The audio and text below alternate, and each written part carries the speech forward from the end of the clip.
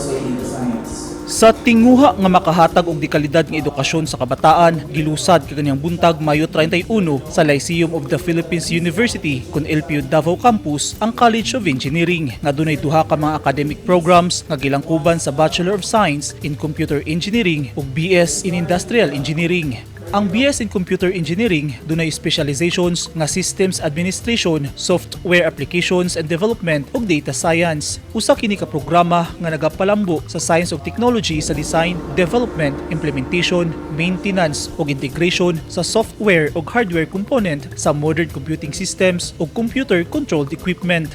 Ang graduates sa computer engineering nga kurso pwede makasulod og trabaho isip software engineer, hardware engineer, network security engineer, entrepreneur, data analysis, web developer, system engineer ug AI kun artificial intelligence engineer. Samtang ang BS in Industrial Engineering sa LPU-Davao campus adunay specialization nga Production and Quality Assurance, Financial Management ug Supply Chain Management. Naka-focus sa BS in Industrial Engineering program ang pagdevelop sa abilidad sa mga estudyante sa pagtuon sa pag-optimize sa complex nga sistema ug proseso nga adunay lig-on nga emphasis sa efficiency, productivity ug sustainability. Makatunan sa mga estudyante ubos nining kursuha kung unsaon pagpalambo sa manufacturing process, supply chain management ug operational systems nga mamahimong assets sa nagkadayang industriya. Pwede silang mamahimong industrial engineer, quality control manager, supply chain manager, data analyst, operations manager, manufacturing engineer, project manager ug safety engineer.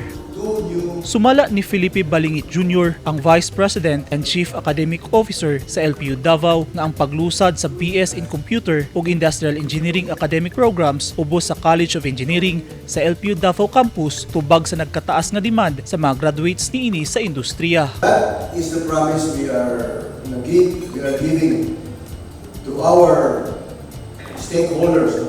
The promise that we will make every Lyceum industry ready, industry driven. So that's our main goal, that they will be immersed into what does the industry doing into the classroom. So we will bring the industry into the classroom. Plano na sa LPU-Davao nga magdugang og degree programs sa musunod nga mga tuig sama sa BS in Aeronautical Engineering, BS in Aircraft Maintenance, BS in Aircraft Maintenance Technology, BS in Esports, Psychology, Foreign Service, Veterinary Medicine, Occupational Therapy, Air Transportation ug uban pa. Nakafocus sa industry-based curriculum ang LPU-Davao nga haom sa demand nga trabaho sa 20th century. Engineering was applied way before. We just had a long hold before it was approved. And we always base our applications and approval of programs to open basing on statistics in our regional data. So we study this, we gather data on the number of enrolled in the region, and we see where the market is, where we can expand, where we can put our capital to much good use to serve the interest of those in Region 11. So, engineering, computer engineering, and industrial engineering is one of the top programs here in the region. In total of the number of students, we have thousands of students enrolled in different schools. Now, that's a market we want to tap and raise the bar high on the Lyceum standards of education.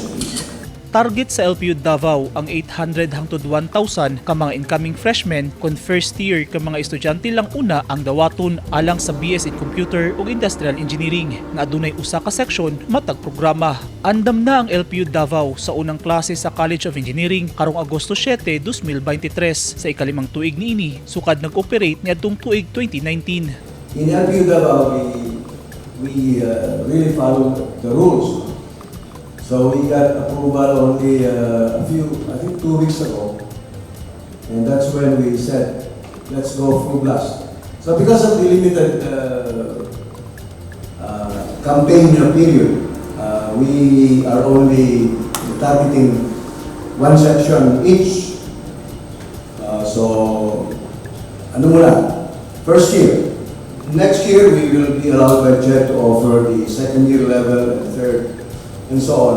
Gipasalig sa LPU-Davao campus nga dekalidad ng edukasyon ang ilang mahatag sa kabataan ug gipasigarbo ang ilang mga state-of-the-art facilities. We have invested millions in books for our library because we are required by CHED to acquire a minimum number, and engineering books, I tell you, they are a bit expensive.